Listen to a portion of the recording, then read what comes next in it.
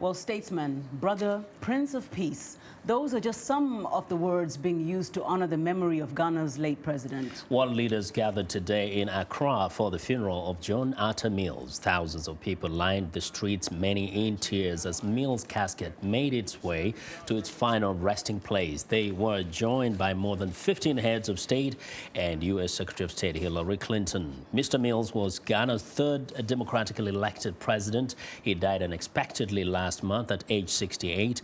Vice President John Dramani Mahama took the oath of office hours after Mr. Mills' death. The smooth transition of power underscores Ghana's role as one of Africa's most stable democracies. Now, for more discussion on Ghana and its future, we are joined by Kwaku Nuamah, Assistant Professor of International Peace and Conflict Resolution at American University's School of International Service right here in Washington. Professor Nuamah, thank you so much for joining us today. Thank you for having me. And first, of course, our condolences. Thank you. You know, as a Ghanaian, I'm sure you have some thoughts on Mr. Mills.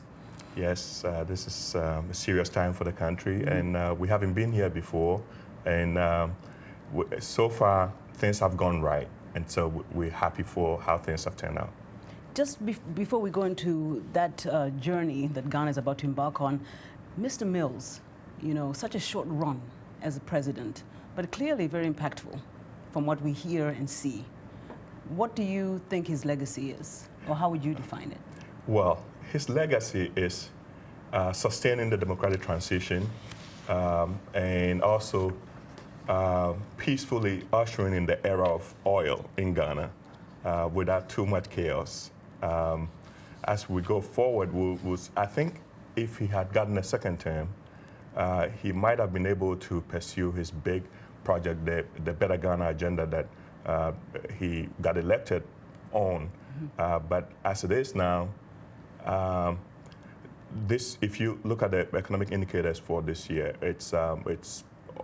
the economic growth is beginning to soften. Last year, Ghana did very well, growing around between 14 and 16%. And already this year, we've seen inflation creeping up, up to about 10%. We've seen growth slowing down to about 10%. The World Bank is projecting actually 7%. So things can get, it's a fragile could be time. better. Yeah. It's a fragile time. And now, obviously, Ghana's democracy is strong, you can say, based on the smooth transition, bringing in Mr. Mahama.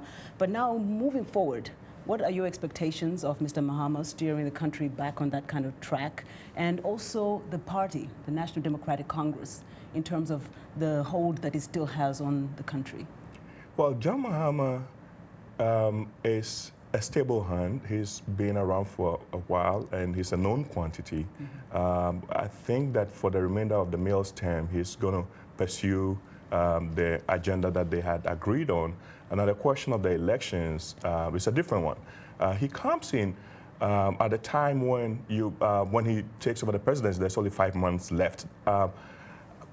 Typically, that's not a good enough time for somebody to introduce himself to the country as a candidate with a new vice president who, even though he's been in the party for a while, is now very well known. He's a bureaucrat.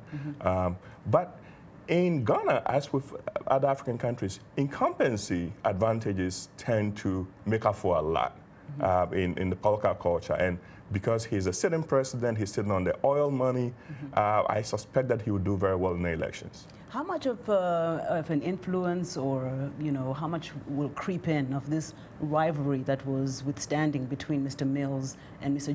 Jerry Rawlings in terms of how Mr. Mahama will rule?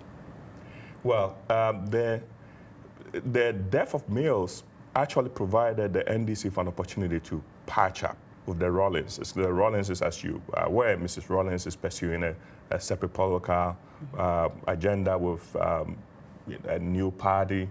And I had thought that with the death of Mills and the opportunity for Mahama to pick a vice president, I thought that they were even probably going to take a look at the Rawlings camp to see if they could pick somebody there to patch it.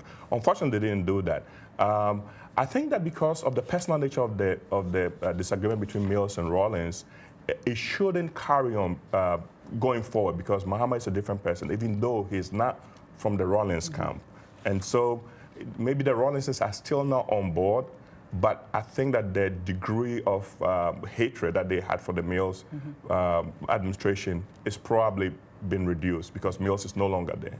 very briefly, you are optimistic about the future. I am. Okay. I think that we should have a peaceful election in December, and I think that the silver lining for the NDC is that they probably have a better candidate than Mills, because Mills was not very well, and he was probably not going to be an active campaigner. But Mahama is very good, and I think he's going to be good. Well, we have a few months. We'll see how it turns out. Very good. Our thanks very much to Professor Kwaku Nuamah, Assistant Professor at American University here in Washington.